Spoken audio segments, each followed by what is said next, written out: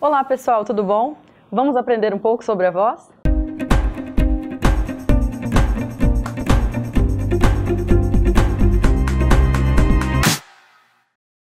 Meu nome é Liege Milioli, eu sou fonoaudióloga especializada em voz cantada, cantora profissional e também professora do Departamento de Fonoaudiologia da UFES. A primeira coisa que precisamos entender é que apesar de não termos um instrumento físico, no caso do canto, como os outros instrumentos, piano, violino e outros, nós temos um instrumento orgânico. Nós precisamos entender o funcionamento desse instrumento, a laringe, o aparelho respiratório e também todo o nosso trato vocal. A voz é produzida da seguinte forma: o ar dos nossos pulmões sobe e entra em atrito com as pregas vocais que se encontram na região da laringe. Com a vibração dessas pregas vocais, o som é produzido e é amplificado e modulado pelo trato, todas as estruturas que se encontram acima da laringe. Então nós temos um som característico de cada voz, que é única.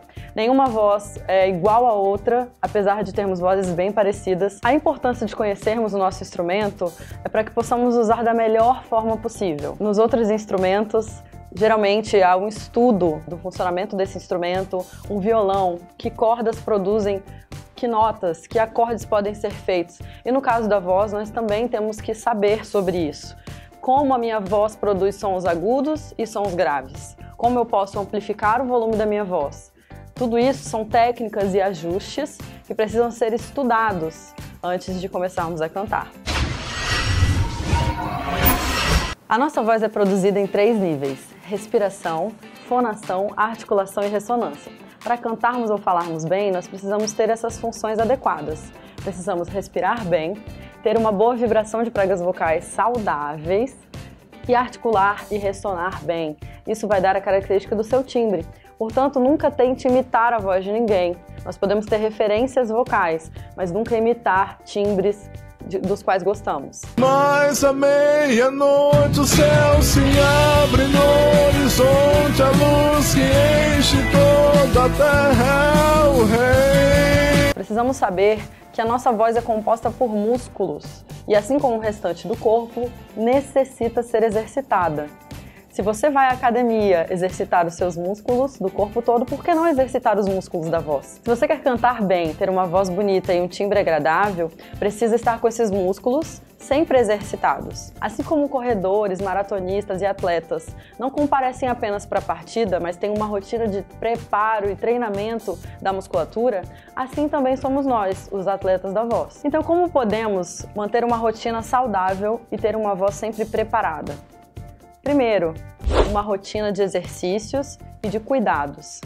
Segundo, aquecer e desaquecer antes e depois das apresentações. E terceiro, ter a consciência de que a voz precisa ser cuidada. Se você usa sua voz na igreja ou para atividades profissionais, precisa saber se suas pregas vocais estão saudáveis. Existe um exame chamado videolaringoscopia, que deve ser feito por profissionais da voz, ou seja, aqueles que vivem da sua voz, com uma certa frequência, pelo menos uma vez ao ano. E aí você vai saber se suas pregas vocais têm alguma lesão ou se estão normais. Vamos à lista de hábitos inimigos da nossa voz. Se você canta, primeiro, não grite. No, God! No, God, please, no! No! No! No! Não cante com esforço. Tente não falar em ambientes ruidosos. Ih, rapaz. Não ensaie em ambientes ruidosos. Procure nunca competir com um som mais alto do que o da sua voz. De preferência, tenha sempre retorno adequado. Outros hábitos que nós precisamos evitar para poupar a nossa voz: risadas muito altas. Sussurro. O sussurro, apesar de parecer inofensivo, cria um ajuste inadequado da prega vocal para bloquear a passagem do som. Ih, rapaz. Quanto aos alimentos inimigos da voz, nós precisamos lembrar que eles não precisam ser abolidos da sua dieta. E sim, não fazer o uso deles antes de cantar. Leite e derivados do leite, café, bebida alcoólica, refrigerantes, alimentos muito gordurosos, alimentos com muito sal ou muito açúcar. Pelo amor, eu não consigo. Tudo isso vai desequilibrar a produção da saliva e também atrapalhar a produção vocal. Vai causar pigarro, vontade de tossir. Então nós precisamos evitar esses alimentos. Um lembrete muito importante: nenhum desses alimentos ou bebidas tem contato direto com as pregas vocais. É? Sabia não? A nossa anatomia separa laringe e faringe. O tubo que passa os alimentos não é o mesmo tubo em que a voz é produzida. Porém, eles têm efeito direto, sim, sobre a nossa voz, por causa do trato vocal e a salivação. Vamos falar agora dos hábitos e alimentos amigos da nossa voz. Primeiro, beber muita água. Deixa comigo.